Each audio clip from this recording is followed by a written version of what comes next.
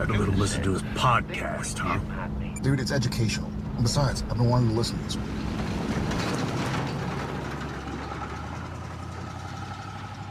Welcome to Idling in the Impala, a podcast by and for lovers of supernatural and the fan fiction it inspires. I'm Sandra. I'm Karlee, and today we are bringing you another Canon Fodder episode. It's nearly the end of the year, so we figured since it's been 2 years since the episode that shall not be mentioned, we would take a look at some of our favourite Fix-It fics. So post 15, 20. I paused them because I was like, I didn't know if I was going to say it or not. Sometimes I get feelings about this, and sometimes I'm like, oh, I'm not talking about that episode. And then when we were talking about it, we realized that our favorite Fix-It fics are our favorite Fix-It fics.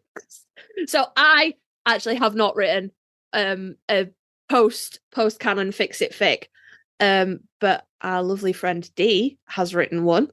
And Sandra has written one, so we're going to talk about them. Yeah. So in the interest of not being incredibly narcissistic, I'm going to talk about Sandra's, and she's going to talk about our friend Dee's. Because otherwise it'd just be Sandra bigging up her own work. And while I would love to let her do that, she wouldn't. She's too nice. If I'd written a Fix-It fic, I'd talk about it all day long, but you're too nice. You wouldn't. If I went, you talk about it, Sandra, you'd be like, well, no, I mean, I think if we talk about it like as a discussion, then yeah, but I'm not going to be like, oh, look, this is like my favorite. See, I would. It just happens to be mine. I will say I do like going back to certain parts of it. And we were before the actual recording, which took a little over an hour before we actually started recording this one, maybe an hour, almost an hour and a half. Oh God, yeah. Whoops. We got into like returning back to favorite fics, and just like sometimes the breadth of a work is just so great that even if you love something that much, you don't necessarily have the time to go back and read every single thing. So I know for me, picking Dee, DandelionDreaming, and her, the Rookie series, as, you know, my favorite ending Fix-It, it's really kind of drilling it down to the fact of what she did with the storyline and how she changed it from what we ended up getting overall. So yeah, it's I mean, I know personally when we start talking about mine, I'm proud of it. I'm very proud of it. I think it's a good piece, and it's got a lot of nice parts in it. But we're gonna throw a lot of love all over DandelionDreaming. Sorry, Dee, there's no Winchester sandwich here, but you know, you get us talking about the Rookie a little bit. So there is a Winchester sandwich in the Rookie. No, but I'm saying like right here and now. It's just us. It's Karlee and Sandra. Right, I'm with you, because I was like, there definitely is. It's one of my favorite and least favorite scenes of the entire thing. Oh, because come on. she go with me, Karlee. I was trying to think. I'm sorry. Did I ruin your thing? I'm sorry. My impromptu stuff doesn't happen often, and when it does, man, come on, you gotta just let it go. You gotta let it breathe. Always be saying yes. Always say yes. I'm sorry. Yes. So yes. Do you want to, since you're kind of like in the flow with Rookie, do you want to talk about that first? Yeah, I think that'll be probably makes the most sense now that I've been thrown off a bit.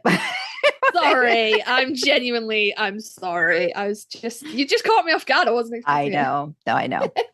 So I suppose when we say the Rookie, well, I don't know about you, but we don't necessarily mean the Rookie series, because that takes place in canon. But that's like the main. But that's the jumping off point, like to where we end up getting. The main part of the Rookie series takes place throughout season 9. Beginning of season 9, I think, and then into season 10 primarily. And the character of Rookie, which is the reader, is thrown into supernatural, basically after the death of a best friend. and ends up getting involved with the boys, wants to train, learn how to be a hunter. From then on, each of the different parts, not all of them, but I've gushed about this, and I know you have too, Karlee, the way that Dee takes parts of canon, literally like will take you through almost, I think she takes you through the entire season, pretty much of season 9, or if not, she starts very close to the beginning of season 9 and takes you through the different points, timeline of what's happening, but ends up getting reader inserted in some cases where you'll see a scene where it's been completely reworked with reader in it, and others where I think, Karlee, you've said this before, where it's almost like the reader's off screen if you would watch an episode, but then gets you into maybe another part that wasn't shown, or so there's lots of mixing of that, and I loved that. Yeah, the way it kind of goes in and out, and then literally in some cases with Dean, but see, gotcha. You got me that time. Yeah. But it just weaves in and out of canon so beautifully, and she retells like scenes from canon from a third person perspective that genuinely could be deleted scenes, or you blinked and you missed it in the episode, you know? And then she'll take you off and do like all of her world building around. It's beautiful. It really is beautiful. Yeah. So it's definitely an investment, but I think well worth the investment of time. And she also does a great thing of her songs, you know, how like a song is matched up with each part that she puts out, which I think it's very evocative. She's done a whole playlist, I think, too, that you can like, you go on Spotify. She's done multiple playlists. Yeah. There's a playlist for the Hunter in Training, the Rookie. There's a playlist for Tulsa. There's a playlist. Yeah, she's got like the sort of 4 main like stories, and then there's little timestamps that go in and amongst them, and all the timestamps are after a song as well. And then she has playlists for the main work. So Hunter in Training, the Rookie hunts Tulsa, Home, and If I Could See You One Last Time. And they all have playlists. They all have playlists as well, which is incredible. Yeah. Incredible. So I think my thinking too about it was, because I had to go back and look to actually see like when she actually wrapped up the part that I think kind of is the part that gets into the fix it for the ending is part 10. If I Could See You One More Time. Yeah. That part was wrapped up in June of 2020. So what I liked about this, and I think it parallels what I did with mine, is that no matter what the show was going to give us, we wanted the boys to have a happy ending. So it ends up, and I mean, spoilers, I don't think, I mean, it's such a big thing. I don't think you could really spoil the overall just experience of reading it. But Dean and Rookie, you know, do build a life together with their twins. They have twins, and the twins' names are Charlie and Susie. And I loved reading what ended up being a sort of an offshoot, but still a part of the Rookie, which was the Daddy Dean Drabbles. And that gives you domestic Dean and how he navigates parenthood. And it bounces back and forth. It's not linear in its timeline. You could get a snapshot of teen twins, and then baby twins, and then toddlers. And so it kind of like goes back and forth. And I like seeing the trials and tribulations that of just a fatherhood and of being a partner that Dean has to overcome his continued training over the years of being a hunter. And I've just got to protect at all costs and not think about the other people's feelings or reactions or how they would want things to go. So I think there's all of those residual issues and concerns that you still get from Dean, and Rookie really being a good counterbalance in a lot of ways, even though they did go through a lot of things similarly together, trauma. But I guess being more of that, this is what life is like, like this is how we're supposed to follow it. And also, I enjoy, there's a Mr. Mittens, which is the kitten, which Mr. is Mitts. Mr. Mittens, Mr. Mittens, and just ends up being Dean's like cat sidekick. Familiar. Yeah. It's just so great. And we have there was intended to be, I think, an origin story of Mr. Mittens, but it may still come, but it hasn't yet. It's in our heads at least. Yeah, we've talked about it. We have discussed Mr. Mittens extensively, and he is also one of my favorite parts. And I hope she's not mad about that, because she put a lot of time into her characters, and we're over here going, but the cat's the best one. Yeah. But so for the fic rec, again, like overall, it's a great experience. I'm going to do, my reading is going to actually be part of the Daddy Dean Drabbles, which is the dress, which is my favorite. Yeah. It's my favorite. My second favorite is very, very close behind that. Yeah, and it's basically Dean's dealing with the fact that Rookie let their son Charlie wear a dress to school, and that gets this whole like sort of discussion that he has with Sam, and goes back and forth with Reader, and it's this enlightenment, I think, that you kind of see Dean working it out as he's going along, which I really love about the character, and I love about Dee, that she really gets Dean. And I think she kind of, she doesn't necessarily give him a pass, but she's like, okay, well, these are the things he's got to overcome before he's going to get to that point. And I think he has a discussion with Sam too, that I think kind of gives him that, that kind of like, I should think about this a little bit differently.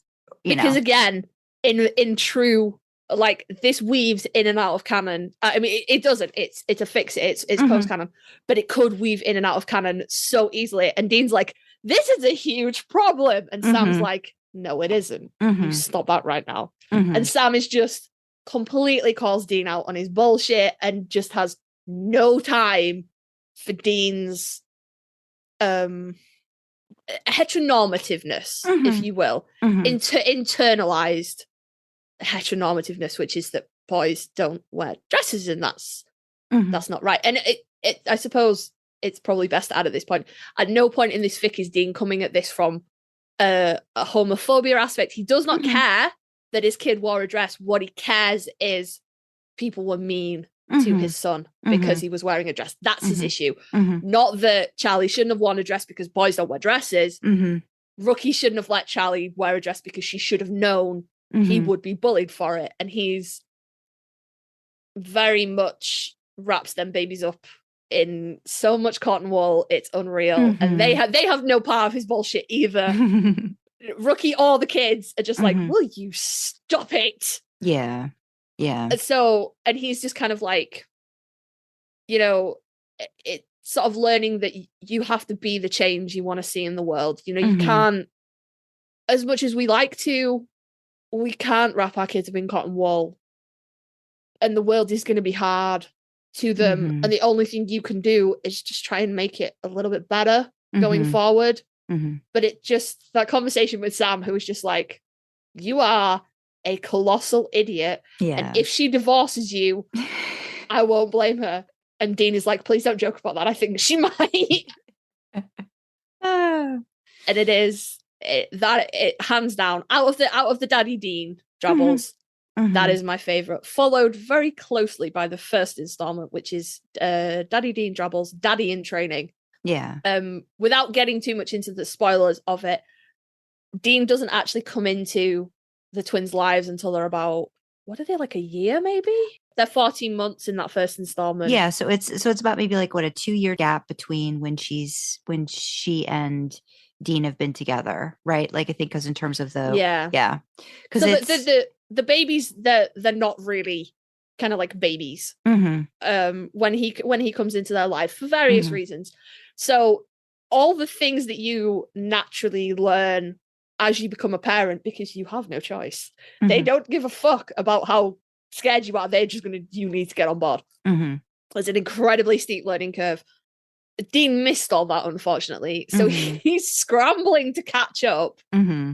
And it is just because of the very nature, the sort of she stole what happens from a real story of Jensen's, which is, and I'm pretty sure our fan base is mostly female, but if you have kids, you know, if you are a mom, you've probably seen the father of your children do this. If you're a dad, you may have inadvertently done this, but I guarantee you only did it once, which is go to your baby when they're like like learning to toddle, and they come up to you and you go, "Hi, baby," and you pick them up and you throw them up in the air, and you don't know that they've just eaten and they throw up all over you.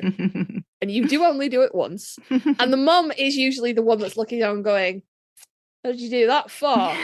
While the dad's like, fuck, help, I'm covered in puke. And that's what it is, you know, a real kind of in at the deep end, this is how it do be introduction to fatherhood. Okay, everyone, so we've had a little bit of a reshuffle of the causes that we like to promote in light of the upcoming holidays. You know, Thanksgiving, Christmas, New Year, any other holidays that you might celebrate, we are inclusive. So we're still promoting Ukraine relief. You know, of course, it's not getting the media attention it needs, but the Russian unlawful invasion of the Ukraine is still going on. So again, we'd like to draw your attention to World Central Kitchen, which, exactly as it sounds, helps to feed people, not just in the Ukraine, but in conflict zones all across the world. We are also still drawing attention to Global Giving, the Ukraine Crisis Fund Relief, which, of course, is just sort of like a centralized donation place, and then they distribute the funds where they are needed the most. So if you can, please, there is no pressure, but if you can help out either of those causes, give a little bit to the people in Ukraine that are still massively affected. That would be awesome. Sandra, you got causes? Yeah, I just wanted to highlight a couple things, and basically more, I guess, US based related, but overall, over the years, I've just kind of learned how important it is to keep learning and keep growing, accepting yourself for who you are and reaching out for help when you need it. So I have a couple new ones to talk about, but one of the main things is just supporting basic human rights with all the changes, government, voting, all the wonderful things that are happening here. I feel like learning more about what's happening in our country is important, and finding ways that you can take action are equally important. So we've got the American Civil Liberties Union that we'll have as a link. And then prioritizing your mental health, just how important it is to reach out and know that there's support and education if you need it. Coping and, you know, getting over things just is not a viable option and something you can continue to do. So I have the National Alliance on Mental Illness, which is NAMI, I think is how you pronounce it, NAMI.org. And then for those of us who are basically across the board, but adult survivors of child sexual abuse is one of the things I've kind of been wanting to highlight more, that there are resources, ways you can move past it. On the site for RAIN.org, which is Rape, Abuse, and Incest National Network, no matter what, the abuse was not your fault. It's never too late to start healing from this experience. So thrive, not just survive after abuse. So those are mine.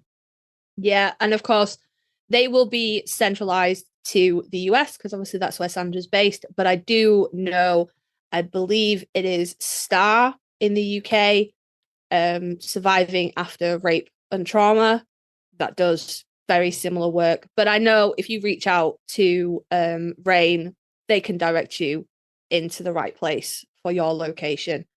Again, hammering home, it's the holidays coming up, guys, and not just for LGBTQ plus people and youths. The holidays can be hard for everybody. We know that. That's why we're putting these mental health networks out there. Don't suffer in silence. Reach out to people if you need help. But especially for my LGBTQ plus people out there, holidays, Sometimes you have to put yourself back in the closet, even if you're living out and free. Sometimes you have bigots in your family, people that don't support you. It's fucking hard. And it's very easy to say surround yourself with positivity, but not everybody has access to that. So if you're based in the UK, again, I want to signpost you to Switchboard LGBT, which is a sort of talking service that will put you in touch with people who will help you, will talk to you, just somewhere that's safe and supportive. And the US equivalent of that is the Trevor Project. Again, reach out. They will put you in touch with people to talk to. If you're not safe at home, you will find support in these places. And the Trevor Project has resources for international LGBTQ plus youths, because we know it's different everywhere in terms of what laws govern and what kind of public atmosphere there is towards our community. So those are the causes that we're promoting, and we just want to say, happy holidays. May you be with good people, may you have good food, may you have good times, but be safe. Take care of yourself. If you need this help, take care of yourself. If you need this help, please reach out and access it. And if you can support any of these charities, if you're in that position, please think about doing so, because everybody needs somebody. Back to the episode. Yeah. So I think it's really mainly just I think the avenue she took with Dean and Rookie too. I just like seeing that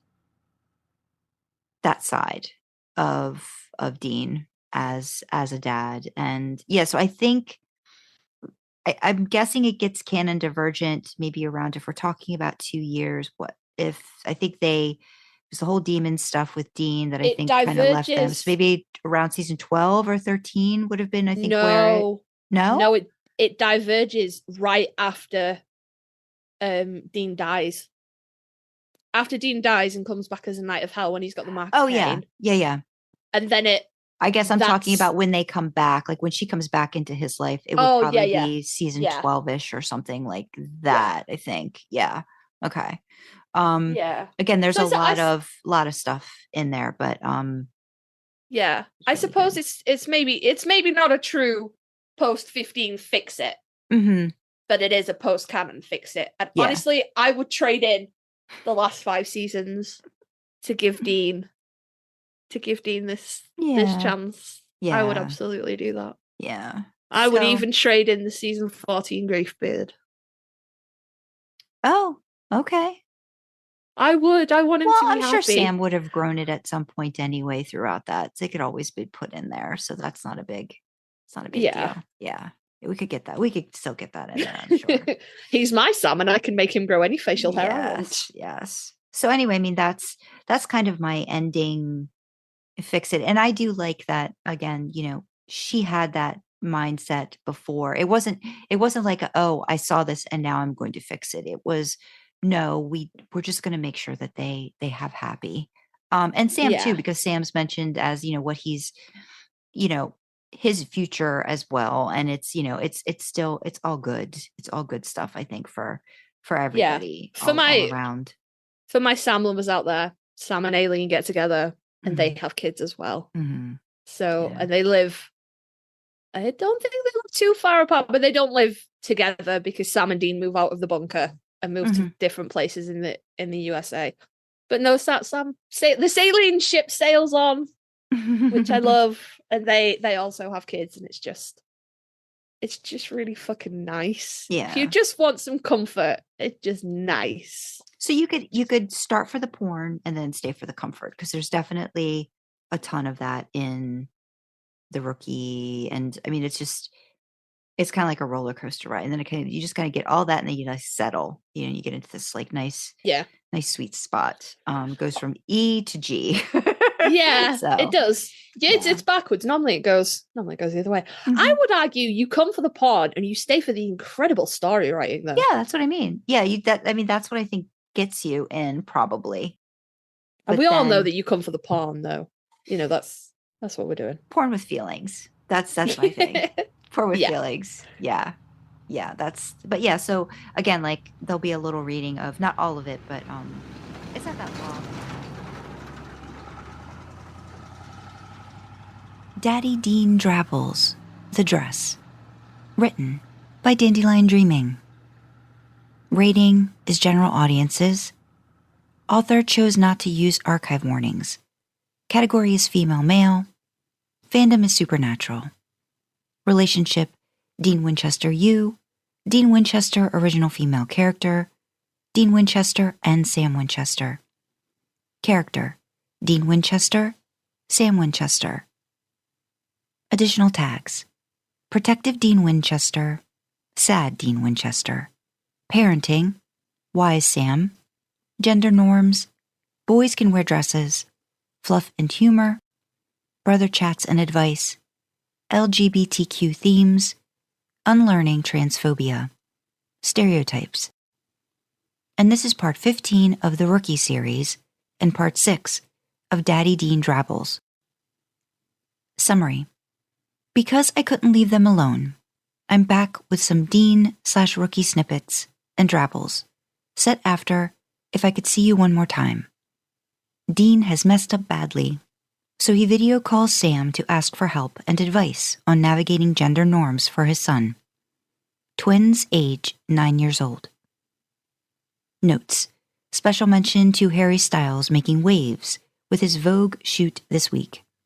And this was published in November of 2020. Hey, Sammy, what's up? Dean grinned into the camera. Dean, it's still really early here, husked Sam, stumbling out of his bedroom, the video feed from the phone giving Dean nothing but darkened hallway and ceiling as he made his way to the kitchen so he didn't wake the rest of the house. Early bird catches the worm. Rise and shine, Sammy. Rise and shine. Dean sang into the phone. Crap. What have you done, Dean? Asked Sam, rubbing his eyes and setting his phone on its stand in the kitchen as he began making himself a coffee. What?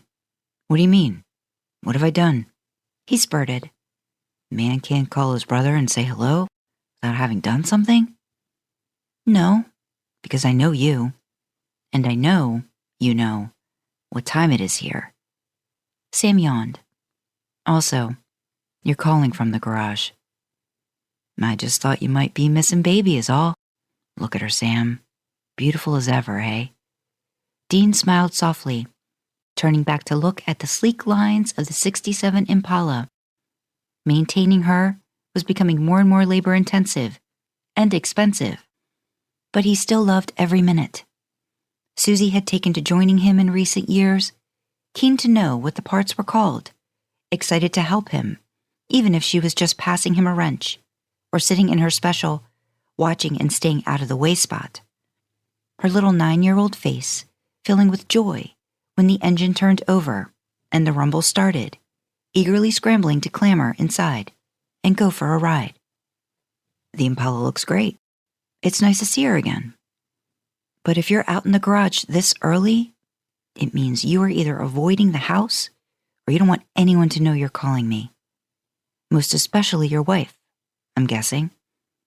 Yeah, well, Rookie might be a little bit out of shape at the moment. Began Dean. Because? Prompted Sam when the silence began to stretch. It's not really my fault. I know it usually is, and I'm not proud of myself. But she shouldn't have done it. She shouldn't have let him do it. Or she should have at least talked to me about it first. Growled Dean. Okay, so what should she have talked to you about? Asked Sam patiently. I might have yelled at her for letting Charlie wear a dress to school. Mumbled Dean. What? Why? Spluttered Sam, nearly burning his tongue on his coffee. That's what I want to know. Why would she let him wear the damn dress? But I was too busy yelling at her to find out. I didn't even think he was into that stuff. Sure, he's not into cars and guns, and I didn't care about the dolls thing when he was younger. But dresses at school? Jesus, What was she thinking? Grumbled Dean.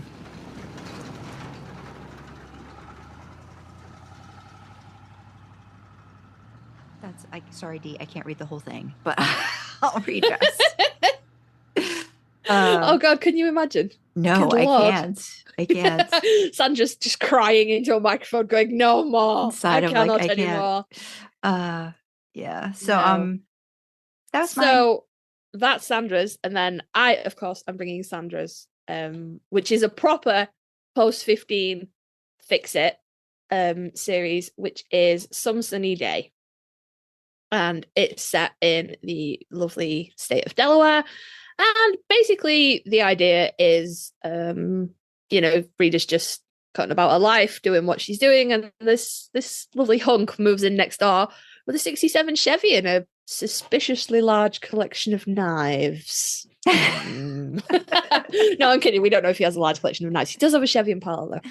Yeah. So obviously it's Dean, and it takes us through them kind of just like, getting to know each other, starting to like give things a try. Dean's, he's going to try and do life properly, and it honestly, it starts out as this really nice, just like slow burn little romance story, and then Sandra got all plot on fucking everybody, and then all of a sudden it's not sudden, it's not like boom, it's no explosion. But it goes from just this cute little like, oh, and they were neighbors kind of thing, into this really like in-depth, ancestry, witches, magical powers. Really, really good. Amazing storyline. She blows me away with her ability to just leave these little bits in things and then pull all the threads together. And I'm like, holy shit, I didn't even see that. What the fuck? It's amazing. Absolutely amazing. So there's 9 installments, and they're all based after James They're not Bond. all based. No, not all of them are based. No, because I couldn't come up with anything that creative for all of them. It started A View to a Winchester. Yeah. From Delaware with Love, The Hunter Who Loved Me. License to Love is a bit later on. I don't think every little thing she does is magic is a Bond film. No. Just those 4, because that was my initial thing, was like when I came up with the A View to a Winchester, I'm like, every part will have and I was like, no, I can't. There's only so many Bond films, and I can't twist them around that much. Films, though. But figuring out ones that really made sense. I agree. I couldn't really use that. But I agree. The start of it, and I know I've said the story before. I came up with the first idea for A View to Winchester was around COVID, and literally just like we were home. I was like, well, maybe I can write a Dean story, and I was going to make it maybe like around COVID based, where I was thinking, 2 people who are kind of like neighbors but don't really know each other, and then somehow, if she just looks out her window, there's this hunky guy, and because they don't really have any other options, maybe they find a way to communicate. I don't know what I was going to come up with something stupid. I'm like, no, let's just not do COVID. COVID's depressing. Let's just have it be, she's come into this neighborhood. She knows about this guy from other neighbors, doesn't really know his deal, gets to know him. So yeah, it's pretty much it really is just like a standard romance, happily ever after, that first one. There's a little bit of, you get Dean's insight and you find out about him, but Julie doesn't yet for quite a while. I think it's another couple parts before all of that kind of hits the fan and then deals with that. So my fix it, wanting him to have a happy ever after, I started that in March of 2020. I think finished View to Winchester was done. And then I was still writing different parts up until the series ended. And then midway through, then I got the ending. Like I knew what the ending was finally.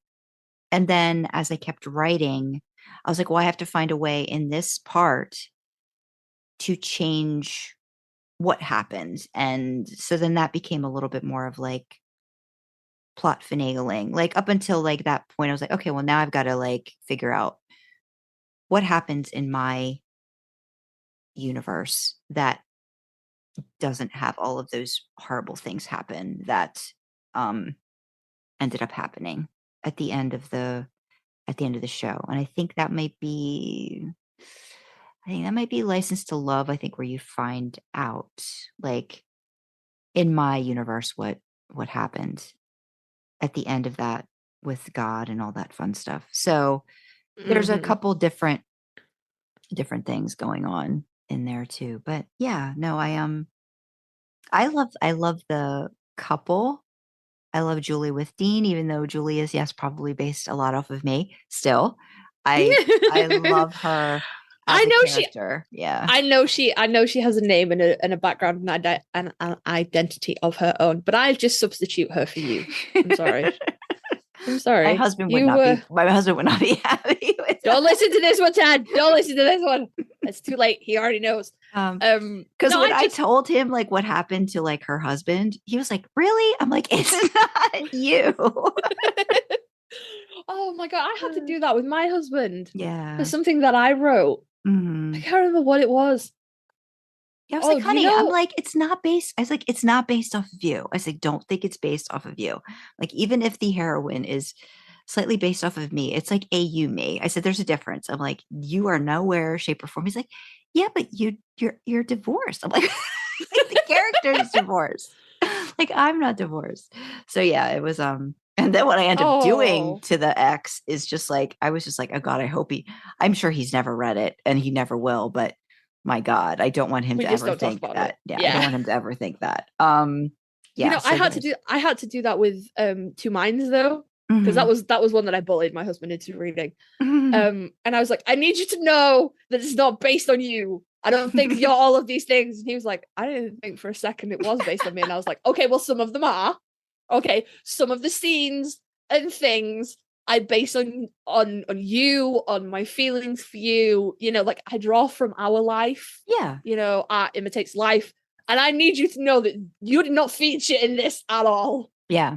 Yeah. But those are things that I think people need to understand, that writers, there's no way it's just going to come out of thin air. Even if you base something off of sci-fi where there's aliens and, you know, like some of it's coming from experience. It just has to. You can't have a good conversation between two characters, and for it to sound legitimate and real has to come from experience. Yeah. So yeah, I just think that's important to remember when you read too. The only thing I'll say too different about maybe mine as opposed to Dee's is I've kind of gone the way of like, I struggled a lot with like, you know, won't they have kids? Because I kind of feel that a lot of people base happily ever afters on, well, they get married and they have kids. And I don't think that's what's going to happen with Julie and Dean. I think that Dean's going to have the focus of maybe being a really great uncle, being the fun uncle, you know, all those kinds of things. And I think, you know, Julie will be able to take part in that. But I don't think they end up having kids. I don't know, because I haven't really continued. I've got another thought brewing in my head. I have to, off recording, I have to toss it out a little bit. Because if I get into plot, it's going to take a while before I even get into what the heck am I actually going to write. But yeah, I kind of did go off the rails a little bit. I added witchcraft. I added all this lineage stuff. I started, and I don't know if that's good or bad. It's just kind of how it started going. It's great because it creates, because you kind of had the like sort of happy ending at the end of the first installment, and they got together and it's all cute and stuff. But you gotta, like, nobody reads, like, you gotta have a little bit of conflict. You gotta have something to happen. And I kind of feel like Dean was trying really hard to work through a lot of his issues that were going on. And obviously the reader has that they're divorced. They have residual issues there as well. But I kind of feel like they were doing good. You know, it was coming to a good place. You gotta, if you want to keep going, you've got to throw something else in there. Yeah. And what better than witchcraft, which Dean notoriously hates witches, hates magic. Well, I don't think he hates magic. I just think he hates witches. Mm-hmm.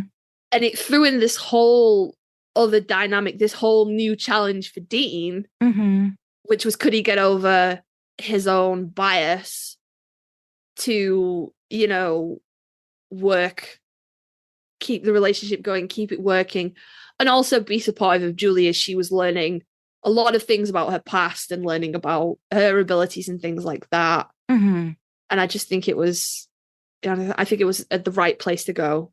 I did really like that. Good. I mean, yeah, I'm a huge fan. Like I said, that there's smut too, in case anybody's interested. It's not a ton in the first one. It's kind of a slow burn. There's like bits and pieces in there. And then it comes to, which I will say, it's one of my favorite scenes that if I could ever have that, if I could ever have Dean Winchester like act, like just see it. Like I want to see this scene like played out. Which one? The one where they have sex for the first time. That one is because of the conversation and the buildup and the feeling in it that I gave myself when I was writing it. I would love to see something like that. I know it will never happen, but in my head I see it, but it's experiencing that. Dean and I talked about safety a lot, and Dean feeling safe, feeling home with someone outside of Sam. And it's that growth, that letting himself feel safe, that kind of really, and the fact that I ended up using night moves and I had not read that Dee had done, she'd done a part, like an offshoot that was like a little like one shot that was like Night Moves, the song. I love that song. And kind of like, I would play that when I was writing it and like, okay, at this point, you know, maybe this is where you'd hear that verse, you know, and maybe at this point, this is where you'd hear that verse, and kind of like almost try to time it to that song. Like I could see that as being like the soundtrack in that scene. It sounds crazy, but it's just like, it's one of those things where, I get it. I don't know. I pride myself on trying to have conversations and dialogue that feel right, especially when you get into Dean as a character, because he's so, well, you know, that he's just like, I was saying that to Ted the other night. We were watching an episode. I'm like, my God, I love this character so damn much. I'm like, a sensitive muffin. It's just you.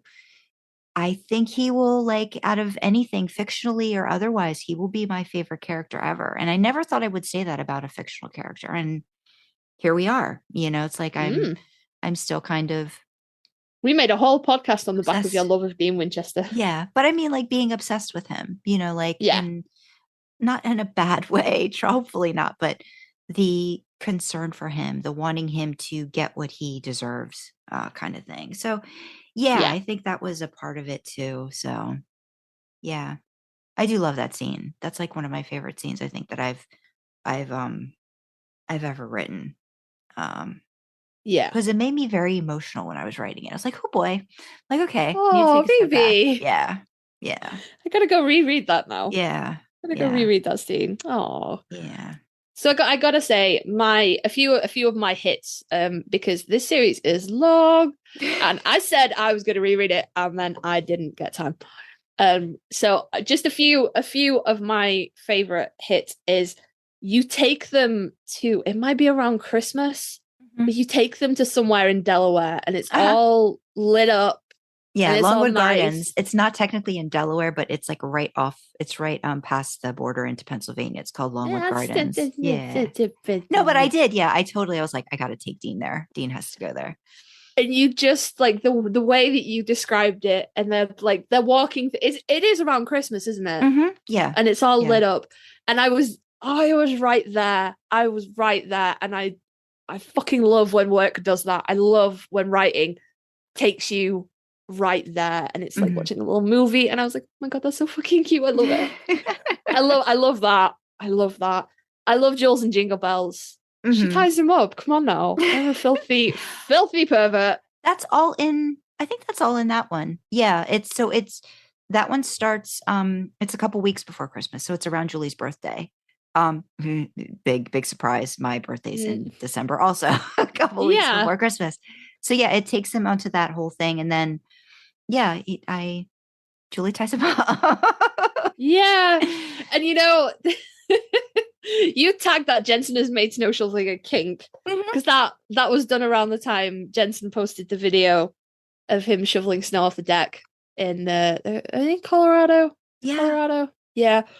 And he's all like, like he turns so we get a better view of his ass, and he's all like, well, it ain't gonna shovel itself. It's fucking great. I thought it was done. Jules and Jingle Bells was done with Julie's birthday. And then I saw Then Jensen did that. And I added I think 3 more chapters to Jules and Jingle Bells with him because I thought he would get such a kick out of snowblowing. He would just be so into it. Because I remember that scene of him mowing the lawn, and I'm like, he would totally want to get in on that and just wait for a big snowstorm. Oh yeah, toys to play with. Town. And yeah, so I threw that in there, and yeah, at the end it's Julie tying him up. There's Die Hard references. There's all the things I love about the holiday, and even the build up when I was little around my birthday, all of that stuff. And another really nice continuation of their growth together and what they get to experience. Because I think we've always talked about we want the boys to have a nice Christmas, nice holidays. You did that with Step Into Christmas. Wanting to give them those moments that maybe they think they don't want, but then when you give it to them, they're full on into it. And even if they are grown ass men, they're going to wear an elf enjoy hat with bells. And ugly sweaters and all of that. They stuff. were not ugly. I found nice sweaters. Yes, but the quote unquote ugly sweater. So yeah, all of that stuff. And I think, yeah, sorry, I wanted to go out on that because when you mentioned that, I thought about that. But yeah, that whole thing and yeah, I do. I really do love that. And another one that I want to draw reference to is the latest one, which is Every Little Thing She Does Is Magic. Mostly Jensen. Because I feel like I might have bullied you into that one a little bit. Because Sandra was like, I don't have done this, and made one completely throwaway reference, and I was like, no, all of this, what? And you're just like, well, I wasn't gonna do anything with it, but all right. But I like that one because you stay fairly consistent throughout the series in that Dean is in his 40s. It's post-canon, and it takes place a couple of years post-canon. So he's in his mid-40s. So the intimate moments between people in that age bracket, they're not 18. They're not screwing like bunnies all over the place. But for that one, for every little thing she does is magic, because Dean's cursed. He fucking he lets the beast out, and I really like that. You wrote this super duper nearly 250,000 words entire world, and I'm like, yeah, I like it when the porn gets really good. I'm filthy. This is why I don't write plot. But I do. I don't know. There's just something about that, and he kind of just gets a little bit dommy, and it just lets the beast out a little bit. But mostly, I like that one because I feel like that one has the most of my corrupting influence on it. Because it was spanked too. Towards the end. That was it. It was just a throwaway comment, and I was like, Sandra, you cannot do this to me. You cannot threaten to spank him and then not come through with the goods. And you were done with it. You were like, but I'm finished. And I was like, well. It's okay, well, how can we make this make sense in this story? So yeah, I tend to plot. And there was a lot of fun plotting about how would this come up? How would it? And I was like, well, if it was me, I would, go all in on this. But I don't think that's going to work out that great for Dean and Jules. Yeah, so at least not right away. I don't think so. But it was, I really like that. And I love the sort of, Julie's mom I love her so much. It makes me so happy. And I don't know if it's an accurate representation of your mum, but I always imagine it is. Semi-accurate. It's let's put it this way. It's the representation that I think people get when they meet my mom. Like they get all of that goodness of her, like, wanting to feed you, wanting to take care of you, like, her little quips and stuff like that she'll just toss out, her accent and how she doesn't quite, get everything the way that it's supposed to see when she says it and stuff like that. But yeah. I really love that. And again, for my Sam people out there, this is another sailing ship that sails all the way over to the other side of America. Yeah. It doesn't come up that often. He lives in California. But Sam and Aileen also, they have a baby, which prompts a lot of conversation between Jules and Dean about whether they think that maybe, that's something they want. And I have to say, I understand what you're saying about people thinking that happily ever afters, have to include like marriage and kids and things like that. And I will tell you personally, I don't want to fucking read that. Don't want that. This is my escapism. Because inevitably it goes one of two ways. You either craft that and then you have to deal with a baby. So it either becomes a plot convenient baby that just bobs in and out and is not consistent. Yeah. Or then you're writing a fic with a baby.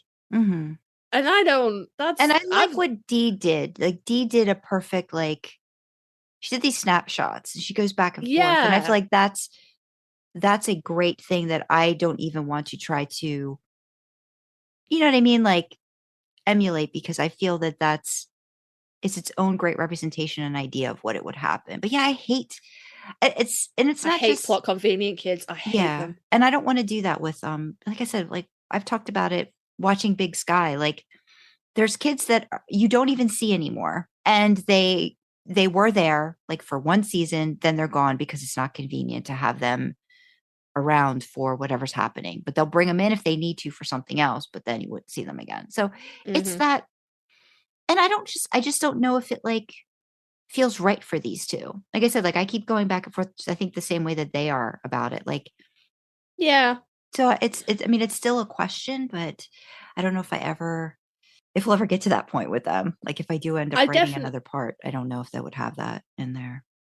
I don't know. I definitely think this particular Dean in this particular universe would really heavily lean into being the fun uncle, and he's gonna teach his nephew all the things that Sam doesn't want him to know, and he's gonna like take him for his first beer when he's 16, and he shouldn't, and he's gonna teach him to drive in the Impala, and he's gonna be that really great uncle that's just like so much fun, the one that you always wanted to spend time with. But I don't know necessarily if a baby is right for them. I mean, it's your universe, it's your Dean, you can do as you choose with them. I'm not here to tell you how to write your Dean, but that's my personal take on it. And again, like I don't have a fix it. I have a like an AU, and I adamantly refuse to put children in that, because I'm like, then I'm writing my life. This is supposed to be escapism. I'm supposed to write about all the things that I want to do with my life, but I can't because I have children. Well, I can, but they're there. I can go on a day trip to Whitby, but my kids are there. So I wouldn't don't get hung up on like every happy ending has to have. Oh no, I've noticed a white picket fence. That's a tropey thing that a lot of people will lean into, and a lot of like romances that I've read, or if you just like go to the ending and the epilogue, it's they got married and they had so many kids and like that kind of stuff. And I'm like, well, lives are all very versatile and different and change and evolve and become these things. And I think I know I myself, as being child free, I'm almost like, maybe I just want to represent what it would be like for two people, in the same situation that Hubs and I are in. And, just making a life that's about the two of us, and how that family looks, because it's still family. Yeah. And how it's, just as valid and just as important part of the world as any other family, and however every family looks like. So that kind of thing, I think, is just my take on it. But yeah, and I also like that Julie's not a good hunter. Like, she's not meant to hunt. And you get that really from the as the I was going to say the show, as the series goes on. But she ends up getting thrown into the hunting world, and then with all this other stuff that happens to her, she's still not necessarily the hunter. But she learns how to utilize her own power. She's working on that, finding her place in all of it. So I like it. It's a good story. I like it as well. But yeah, it's great. Yeah. It's great to discuss when you have the author there, and I can be like, so what does this mean? Why is that like that? Well, if anybody has any questions, they can always ask if they've read it. And they wonder what I was thinking about. Go read it. It's great. Yeah. It's great. Well, thank you. I'm glad. I could talk about Julie and Dean forever. I love them. And I've used I'm looking at it now, used a certain con photo for inspiration. Because thank God that one time he actually was wearing flannel in a picture that I took with him. I'm like, yes, it's Dean. Flannel. Dean. So yeah. I had to I threw in a little Jared reference in birthdays as well, with the worn out tan boots, because he keeps showing up in Sam's boots. And I'm like, yeah, do you know what? It's fine. So yeah. Oh. So this ended up being longer than I thought it would be, but that's good. We got, and again, I'll pick something to read from the series. Don't worry, it won't be the whole thing. If you're gonna go not porn, with it being the holidays, I would totally recommend the gardens thing. Okay, the Longwood Gardens part. Okay, yeah, I could definitely do that. Jules and Jingle Bells, written by Drasna. Rating is explicit. No archive warnings apply. Category is female male. Fandom is supernatural. Relationship, Dean Winchester / original female character. Character, Dean Winchester, Sam Winchester, Eileen Leahy, Castiel, Jack Klein. Additional tags: fluff, comfort, birthday, Christmas, angst, smut, vaginal fingering, anal play, oral sex, dirty talk, snow, domestic fluff, Jensen has made snow shoveling a kink, light bondage, sparring, hunter training. And this is part 6 of the Some Sunny Day series. Summary: Dean helps Julie celebrate her December birthday. Notes: consider this bit of fluff a countermeasure for the Unity episode to try and combat all the angst. More than likely a 2-parter. I've been needing me some comfort, Dean. Hope you enjoy. This was published in November of 2020 and completed in December of 2020. Dean passed his cup to Julie. She sipped the Pilsner. They mulled about the beer garden an hour into their travels. German folk music blared from the Oktoberfest-like tent. The smell of ale was sharp and pungent at this rest stop. A winding path between towering, narrow tree trunks, wrapped and lit in a rainbow of colors, awaited them next. Dean tapped a boot on the concrete in time with the beat. Cass approached Dean head on and stopped a foot in front of him. Jack wants to get going to spend some time at the train display. Dean nodded. Sure, we'll catch up. Cass planted himself in front of Julie next. Are you enjoying yourself? Julie? Julie's eyes widened, passing the large cup back to Dean. Very much. She grinned. Cass smiled. I'm glad. Dean said you deserved a special day, and I agree. He left in a hurry after a quick call from Jack. Dean chuckled to himself. What? The look on your face sometimes, Jules. You were trying so hard to figure all this shit out. He kissed her forehead. I love you for trying. He pointed to Cass catching up to Jack. See that trench coat he's wearing? Yeah. That was like his superhero costume. He wore that damn thing all the time. But not with a dad sweater and khakis. Business suit and backwards blue tie. Julie's nose crinkled. It must have smelled awful. Dean laughed again. Not really. He shrugged at Julie's look of disbelief. He probably just snapped his fingers and dry cleaned it. His vessel didn't operate the same way our bodies do. Who the hell knows, really? He chugged the rest of the beer and tossed the cup in a nearby receptacle. His arm draped over her shoulder. They started down the walk. Julie risked the cold temperature, sliding her hand out of her warm pocket to intertwine her fingers with his. She lowered her voice as they passed a meandering group on the path. Would he be offended if I asked him some questions? About his vessel? What it was like for him before he turned human? Cass doesn't get offended by much. You know that. No, I don't know that. I haven't had a ton of interaction with him one-on-one. Either you or Jack or both are always around. Well, he wouldn't. Julie chuckled. What? Flannel is your superhero costume. Can't argue that one.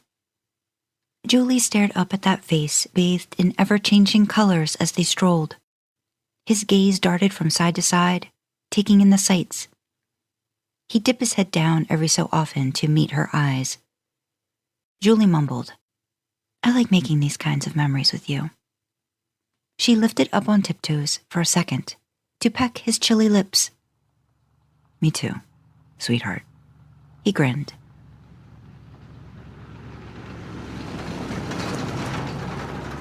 I like that. But there's a lot of really good bits. There's a lot of comments of me going, she better shout at him, and then you never write her shouting at him. Because Dean fucks off and does a lot of dumb things. Yeah. And you cut it off. Like, yeah.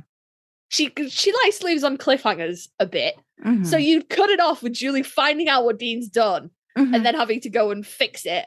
And I would be constantly leaving comments like, there had better be yelling. Oh, he is taking all of the piss. There had better be yelling. And then a couple of you write reasonable conversations. And I'm like, no, yell. Well, shout at him. I think you won't learn. I guess I've learned from my husband that yelling doesn't always work. So maybe I'm putting a little bit of my escapism. But still, I have had some times when she gets upset. Well, yeah, I guess you're talking about yelling. I am talking about like the opening of Quarter After One, where they are yelling at each other. That's one of my fixes, not one of Sandra's fix. But they are yelling at each other. I don't know. I'm always a fan of getting the emotions out and shout. And then you don't have a conversation. But if I'm super mad, I'm going to yell.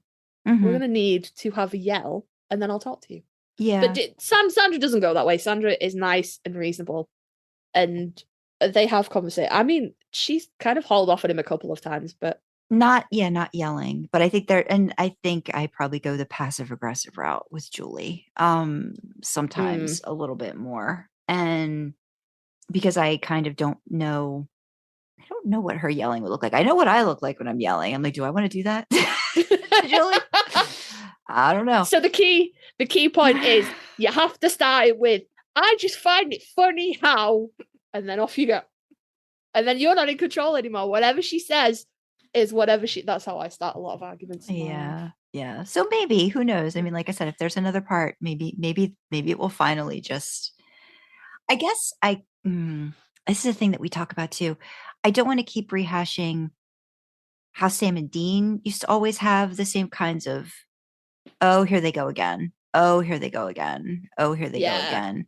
So I'm trying to, I really want to see some growth on Dean's part. And I think that entitled means too that the partner that he's with has to show some growth too. So I don't know. We'll see. But she could have a meltdown once. I don't think you'd like once, it.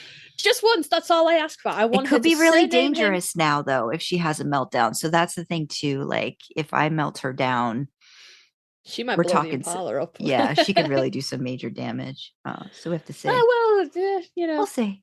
I'll see what happens. Know. I just think I just need to have one. I think everybody should have one good yelling session. Yeah, that's all I'm saying. Yeah, but like Jules, like Rookie, different universes, different deans, but both very good for their respective deans and encourage growth, like you said, which is important. That's important. Sam in my universe doesn't grow, tends to be where he is, but I am basing that on the assumption that my reader made him go to all of the therapy. Yeah. So much. Or the assumption that Sam did go to some sort of therapy that I think we've talked about too, like a little bit outside of, you know, what was going on in Supernatural, where Dean never did, you know. I have Dean going into therapy in my series based off of Sam saying he went to therapy. He's been doing therapy. And then Dean's like, oh, okay. Well, I need a therapist that, you know, can handle all this hunter shit. Sam's like, hey, God got plenty of references. So, Jesus Christ, Dean, please go to therapy. What the fuck? Yes. So yeah, that's that kind of thing. Yeah. All right. Well, we've given you our 2 recommendations for ending fix-its that just completely wash away what we consider not the best ending of the show. The episode that doesn't exist. Which we are eventually, I think, going to have to do an podcast episode about. Because we keep like talking about it. But, you know, maybe we I don't know. I feel like we've been pretty strong. Pretty strong. Oh, I know, but I have been strong. But we've actually said I think we would actually just do like a breakdown of that, like a breakdown of it, like a full breakdown. So it's on the list. Other stuff, yeah. Yeah, it's on the list. There's a big old to-do list. It's on the list somewhere. Somewhere. It's in the meeting agenda, probably. Yeah. No. Somewhere, I think. It's in my. Yeah, it's right there. A special hate episode for 1520. Yep, it's there. Anyway, so I guess we should wrap this one up because it's been longer than expected. Big surprise. It's only been about an hour. Oh no, it's only been about an hour of us talking. Yeah, and then we haven't put the fake. I think I'll have to make them. They're going to have to be just snippets. I don't think they're going to have to be that long. So yeah, let us know if you've come across a really great, you know, ending fix-it that just, you know, throws canon out the window, even if it's, you know, right after 1519, or maybe it's somewhere, you know, season 10, maybe it goes all the way back to season 5 and just gives the boys a different ending from the show. Ideally a happily ever after, but it could be an ending fix-it that, you know, maybe doesn't look like what Dee did and doesn't look like what I did and isn't necessarily the boys, you know, getting together with a reader or an original female character. It could be the boys just together and happy. It could be Dean with Castiel. All these different ending fix-its that I know there were many. There were so many. AFV was virtually unreadable with Destiel fixes for about 2 months. It was a lot, yeah. So yeah, just let us know. Give us your thoughts on what, you know, your favorite ending looks like for the boys. Yes. Where can they reach us to do that, Sandra? They can email us at idlingintheimpala@gmail.com, or on Twitter, we are idling in the letter D Impala.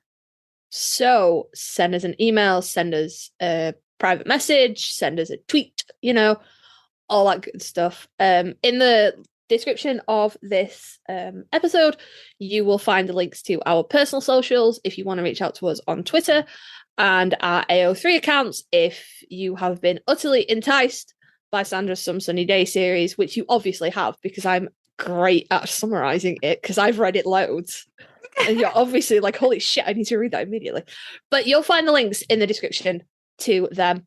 Also, in the links will be our Ko-fi page. If you feel like you can and you want to, just give us a little donation. A lot of hard work goes into this podcast. And if you feel like you can give something back, it would be endlessly appreciated. If you do donate, you will get access to our behind the scenes. Is it behind the scenes or behind the seats? It's behind the scenes channel. I don't think we have behind the seats. Yeah, we have backseat. We should change that. We have backseat for the actual like channel itself, and then we have behind the scenes for the other stuff. Mm-hmm. But you will get access to our behind the scenes channel on Discord, where we post just little bits of nothing. If we do like a live watch or a react or something like that, it will go in there as well. Also in the description, there's a link to our merch page. Guys, we have so much merch. So much fucking merch. It's the holidays. Go ahead and treat yourself. Do you want a t-shirt that has pillows on it that say they're Sam and Dean's pillows? You can get that. Do you feel, a particular affinity for one brother? You can get a shirt that says, a sweatshirt that says Sam's pillow or Dean's pillow. You can get Idling in the Impala shirts, hoodies, mugs, stickers, all that good stuff. It is the holidays. Treat yourself. Pick up some merch. And also, this is the last also, I promise.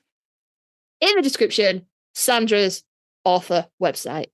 The link is in there. That's where her original fiction lives, because Sandra has a new book coming out on the 20th of December. Sandra, tell us about the book. So the book is called Cowboy Cantor. It's a contemporary Western romance. It's based in Virginia. It's basically like enemies to lovers, friends to lovers, that trope. A fish out of water, getting to know this sort of transplanted cowboy from Texas, based off of a certain person / character / a cowboy from Texas. Who would that be? But yeah, so it was it took a while to get done and written. I think I was kind of start and stop for a while, and then I really had a good like 4 or 5 months to kind of dig in and get done, get edited. As of recording, I've finished officially narrating the audiobooks, and I just have to edit that and get that up on ACX for hopefully the release to be around the time when Cowboy Cantor comes out on ebook, and it'll also be available in print too. So yeah, I'm working diligently on all of those things. And I think when this episode comes out, it will be on December 13th, I think. So it'll be a week away from when Cowboy Cantor will be available for everybody to read, and I hope enjoy. And I'd love to hear comments, critiques. I'm all about constructive criticism. So, if there's something you liked, thought could have been a little bit better, I'm all for listening to it. Can't change the book now, but I'm all for hearing about thoughts as to what, how you didn't enjoy, what you thought could have been different. Certain bits that you liked. So yeah, I'm looking forward to it. I'm excited to have this little baby out in the world soon. I'm hoping that people like it. It's my first kind of cowboy-ish kind of romance. I can't say it's full on cowboy, but it's got cowboy elements in it that, if you like your hero in a cowboy hat, you get to see that. That's kind of all it needs for me. I'm like, does somebody at some point wear a cowboy hat? If they wear it in bed, that's even better. But if somebody at some point wears a cowboy hat, it's cowboy romance for me. Cowboys don't. This is not a thing. No way, it is still a thing, isn't it? It is still a thing, I think. Yeah. I think so. Well, yeah. We're not going to get picky about stereotypes here. People wear cowboy hats, cowboy romance. Yeah. So that's all works. So yeah, I'm excited. So yes. And when this goes out, I will also only have 1 week to wait, because I don't even get early access, guys. I definitely feel like I should get early access, but I don't. I have to wait until the 20th, just like you guys. So Don't forget to pre-order. Links in the Yes. description. Yes. Hint, hint, hint, hint, hint. Links in the description. So, loads of links in the descriptions, but that's where you can find all of our stuff. So, on that note, we will say thank you very much for joining us in the back seat, and we will see you next time. Bye. Bye-bye.